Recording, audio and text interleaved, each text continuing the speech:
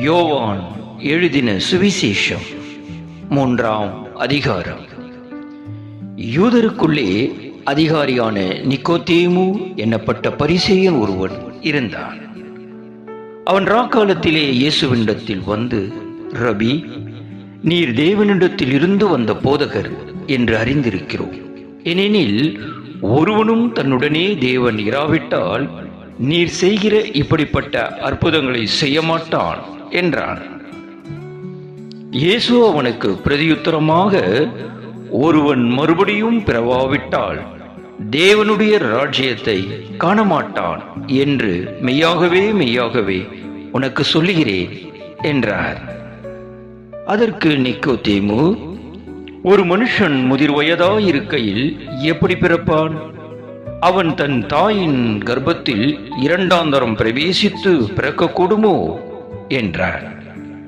இயேசு பிரதியுத்தரமாக, ஒருவன் ஜலத்தினாலும் ஆவியினாலும் பிறவாவிட்டால் தேவனுடைய ராஜ்யத்திலே பிரவேசிக்க மாட்டான் என்று மெய்யாகவே மெய்யாகவே உனக்கு சொல்லுகிறேன்.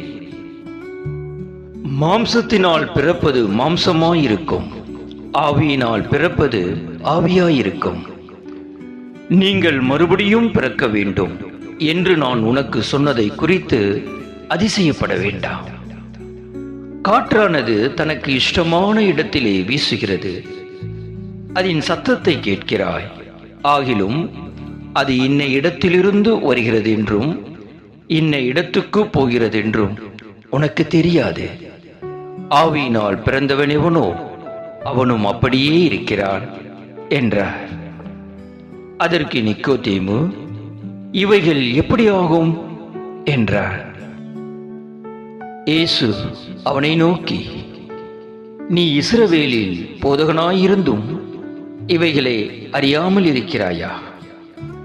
மெய்யாகவே மெய்யாகவே நான் உனக்கு சொல்லுகிறேன், நாங்கள் அறிந்திருக்கிறதை சொல்லி நாங்கள் கண்டதை குறித்து சாட்சி கொடுக்கிறோம், நீங்களோ எங்கள் சாட்சியை ஏற்றுக்கொள்வதில்லை. பூமிக்கு அடுத்த காரியங்களை நான் உங்களுக்கு சொல்லியும் நீங்கள் விசுவாசிக்கவில்லையே. பரம காரியங்களை உங்களுக்கு சொல்வேனானால் எப்படி விசுவாசிப்பீர்கள்?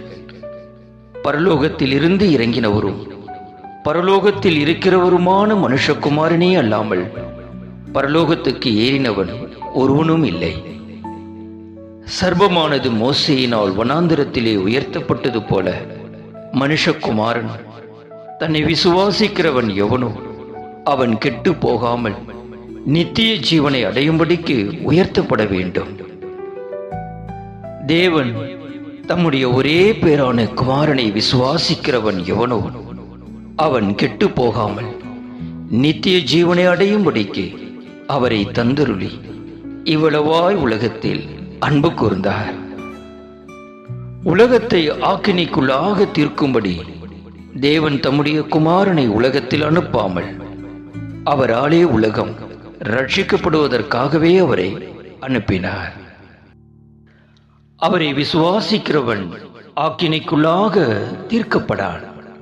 விசுவாசியாதவனோ தேவனுடைய ஒரே பேரான குமாரனுடைய நாமத்தில் விசுவாசம் உள்ளவனாயிராதபடியினால் அவன் ஆக்கினை தீர்ப்புக்கு உட்பட்டாயிற்று. ஒளியானது உலகத்திலே வந்திருந்தும் மனுஷருடைய கிரியைகள் பொல்லாதவைகளாய் இருக்கிறபடியினால் அவர்கள் ஒளியை பார்க்கிலும் இருளை விரும்புகிறதே அந்த ஆக்கினை தீர்ப்புக்கு காரணமாயிருக்கிறது. பொல்லாங்கு செய்கிற எவனும் ஒளியை பகைக்கிறான், தன் கிரியைகள் கண்டிக்கப்படாதபடிக்கு ஒளியினிடத்தில் வராதிருக்கிறான். சத்தியத்தின்படி செய்கிறவனோ தன் கிரியைகள் தேவனுக்குள்ளாய் செய்யப்படுகிறது என்று வெளியாகும்படிக்கு ஒளியினிடத்தில் வருகிறான் என்றார். இவைகளுக்கு பின்பு இயேசுவும் அவருடைய சீஷரும் யூதேயா தேசத்திற்கு வந்தார்கள். அங்கே அவர் அவர்களோடு சஞ்சரித்து ஞானஸ்நானம் கொடுத்து வந்தார். சாலீம் ஊருக்கு சமீபமான ஐனோன் என்னும் இடத்திலே தண்ணீர் மிகுதியாயிருந்தபடியினால் யோவானோ அங்கே ஞானஸ்நானம் கொடுத்து வந்தார். ஜனங்கள் அவனிடத்தில் வந்து ஞானஸ்நானம் பெற்றார்கள்.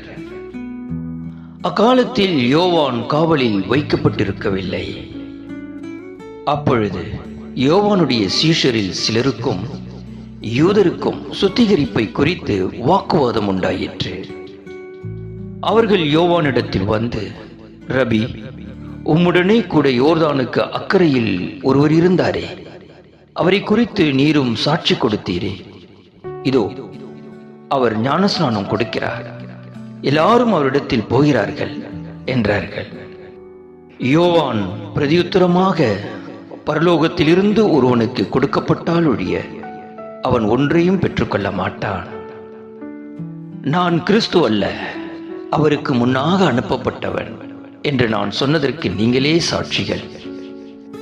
மணவாட்டியை உடையவனே மணவாளன், மணவாளனுடைய தோழனோ அருகே நின்று அவருடைய சொல்லை கேட்கிறவனாய் மணவாளனுடைய சத்தத்தை குறித்து மிகவும் சந்தோஷப்படுகிறார். இந்த சந்தோஷம் இப்பொழுது எனக்கு சம்பூர்ணமாயிற்று. அவர் பெருகவும் நான் சிறுகவும் வேண்டும். உன்னதத்திலிருந்து வருகிறவர் எல்லாரிலும் மேலானவர், பூமியில் இருந்து உண்டானவன், பூமியின் தன்மை உள்ளவனாயிருந்து பூமிக்கு அடுத்தவைகளை பேசுகிறார்.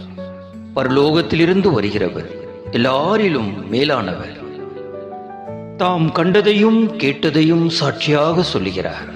அவருடைய சாட்சியை ஒருவனும் ஏற்றுக்கொள்கிறதில்லை. அவருடைய சாட்சியை ஏற்றுக்கொள்கிறவன் தேவன் சத்தியம் உள்ளவர் என்று முத்திரை போட்டு நிச்சயப்படுத்துகிறார். தேவனால் அனுப்பப்பட்டவர் தேவனுடைய வார்த்தைகளை பேசுகிறார். தேவன் அவருக்கு தமது ஆவியை அளவில்லாமல் கொடுத்திருக்கிறார். பிதாவானவர் குமாரனில் அன்பாயிருந்து எல்லாவற்றையும் அவர் கையில் ஒப்பு கொடுத்திருக்கிறார். குமாரனிடத்தில் விசுவாசமாயிருக்கிறவன் நித்திய ஜீவனை உடையவனாயிருக்கிறார். குமாரனை விசுவாசியாதவனோ ஜீவனை காண்பதில்லை. தேவனுடைய கோபம் அவன் மேல் நிலை நிற்கும் என்றார்.